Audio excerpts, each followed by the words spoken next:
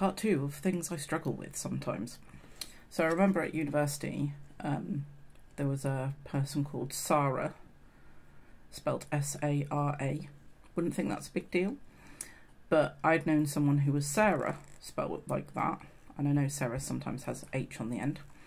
And I also knew someone who was called Zara with a Z. So to me, I couldn't say Sarah. I knew I wasn't supposed to be calling her Sarah, because she wasn't called Sarah, she was called Zara. But I kept doing Zara or some weird combo. It took me about 3 months, literally, to be able to say Sarah. Must have been very annoying for her, because that's her name. They also have issues, and I don't know if this is a dyslexic thing or an executive dysfunction thing to do with autism or what. But I know the dyslexia short-term memory issue I've got means that I struggle to remember things. So I have spreadsheets and books and things all over the place to try and help me. But my eldest is non-binary, they, them. And obviously that is part of the trans community.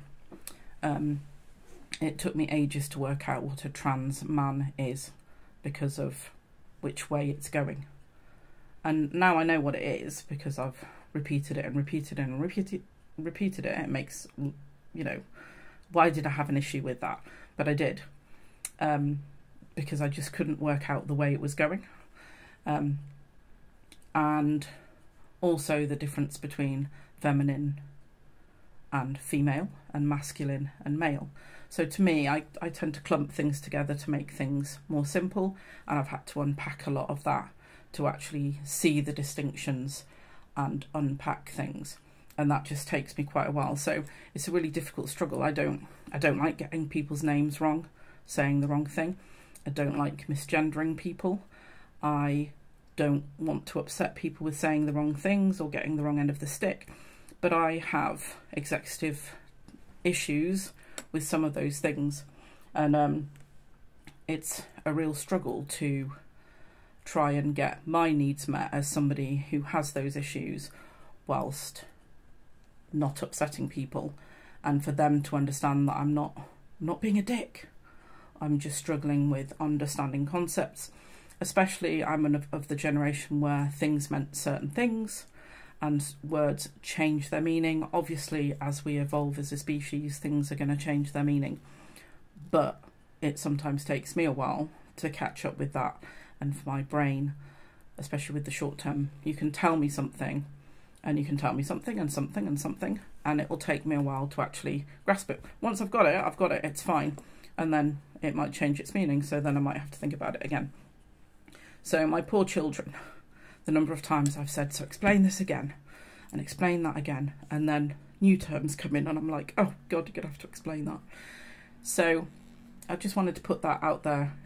Sometimes if people aren't following what you're saying or understanding what you're meaning, it might just need explaining in a different way, or to try and work out where the disconnect is for them.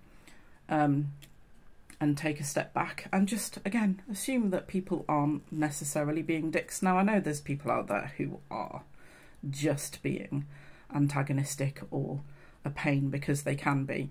But there's people out there like me who genuinely want to understand things, don't want to offend people or upset people, want to accept people for where they're at, but also have their own, like, disabilities or issues going on, which means that just might be more tricksy. So I've been able to sit down with my kids and say, look, I'm not being annoying, you're going to have to repeat that. I may write it down and then I'll forget where I've written it down, so I may have to ask you again, and then maybe I'll write it somewhere else, or maybe I'll put it in my obsidian brain and then I'll forget what I labelled it as. So I'm not being awkward, I'm just struggling with things sometimes. So I just thought I'd share that. If this resonates with you at all, then I'd love to know how you deal with it. Or do you explain to people that you need accommodations for stuff? Or what do you do? Do you just go and hide in a corner? Which is what I used to do when I was a lot younger, because I didn't understand. I wasn't diagnosed dyslexic, with my short-term memory issue until I was 22. Wasn't diagnosed autistic until I was 49. So obviously I'm looking at things through a different lens and being more compassionate with myself, as I've said before. But yeah, sometimes I have to go, look, it's not me being a dick, it's my brain just not working in the same way as other people's. But whatever you do, remember you're amazing, because that's the main thing. You're amazing. There's only one of you. Your brain is fantastic. The way you work is fantastic. Be nice to each other and assume people aren't being a dick unless you've got evidence to the contrary. Okay, take care, wonderful people. Bye.